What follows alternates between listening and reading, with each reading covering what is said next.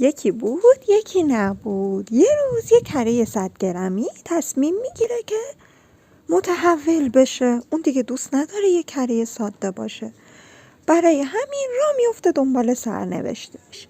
این وسط یه نصف لیوان پودر قند میبینه، تصمیم میگیره باهاش ترکیب بشه. وقتی باهاش ترکیب میشه 2 لیوان آرد و یه نصف قاشق بیکینگ پودرم اونا رو میبینن، تصمیم میگیرن همشون با هم ترکیب بشن. اونا با هم یه خمیر شبیه قلب میسازن، اما این وسط میبینن که بازم یه چیزی کمه. پس یه تخم مرغ و یه کم وانیل رو هم به جمع خودشون دعوت میکنن. بعد از کمی اینور و اونور جهیدن، کمی رنگم به خودشون اضافه میکنن. این وسط تا به خودشون میان یه قلب قرمز شدن، بوم، منفجر میشن و کلی قلب کوچولو میشن. 15 دقیقه میرن توی فرو، میشن این کوکی های زیبا.